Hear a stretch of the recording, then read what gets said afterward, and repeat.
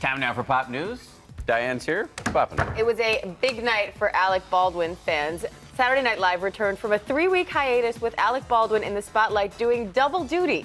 The actor not only reprised his role as President Trump overnight, he also portrayed Fox News Channel host Bill O'Reilly, doing both of them at the same time. Check it out.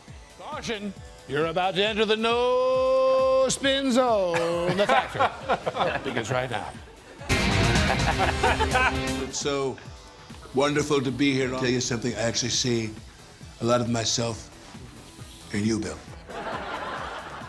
Now, you might remember Alec Baldwin has said that his days of playing Donald Trump on Saturday Night Live are numbered, so some fans are now hoping that maybe this new role will mean he'll stick around a little bit longer. He's getting a lot of mileage out of it. He is indeed. Well, now he has a new one to bring to the table, I think that impression might be stronger than the presidential impression. That's what some people are saying, Pretty good. And get ready for an expanding Star Wars universe. In celebration of the 40th anniversary of Star Wars A New Hope, a new book called Star Wars From a Certain Point of View is being released in October. Here's a look at the cover. So this will actually feature stories from the point of view of background characters we don't normally hear from, like the X-Wing pilots who helped Luke destroy the Death Star, or the Stormtroopers, for example. More than 40 authors are writing 40 different stories, and get this, they are doing it for free. Proceeds from all of this will be donated to First Book, a nonprofit that provides books to groups serving children in need. Well, Rob keeps requesting stories about what Chewbacca was like as a teenager. Like It's true. I do want to know that backstory. Yeah. Bring All right, it, please. I'll put in a request for you, Rob. Thank you. Thank you. And vending machines can satisfy your sweet and salty cravings. Well, now they can satisfy your bubbly cravings, too.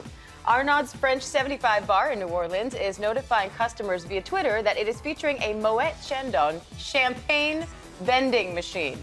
The whole thing is filled with mini bottles of perfectly chilled Imperial Brut, and those wanting to purchase one will need a $20 specially branded gold coin, but that's also sold at the restaurant, so easy peasy. The machine is said to be carefully dispensing each bottle so that they don't shake at all, very important. That's key. But if this all sounds pretty awesome, you will have to act fast. That vending machine is only available April 13th through the 16th. And it's not this bottle. It's not that big. The bottle is smaller than this one. That this is happening in New Orleans. Who would have guessed? Reminds me of that time I went to New Orleans to go to Jazz Fest, and I never actually made it to Jazz Fest. That'll happen. True story. The lost weekend. I'm trying to see if ABC News will install a vending machine with these babies inside. So far, no luck, but I'm working on it. Probably that's reachful thinking right there. And finally, first there was the turducken, then there was the pie-cakin, and now, behold, the pass-cakin.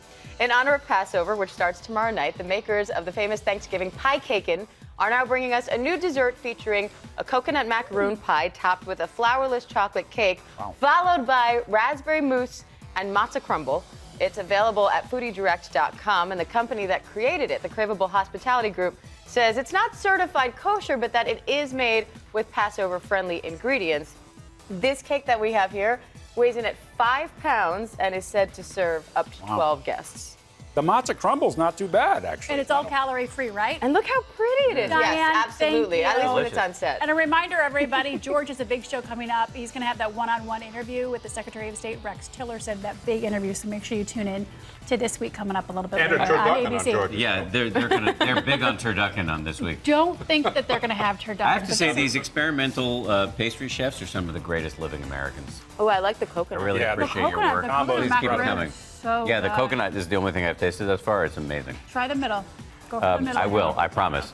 As soon as we hit the commercial break. Thanks again for watching. Have a great rest of your weekend. Stay tuned for George.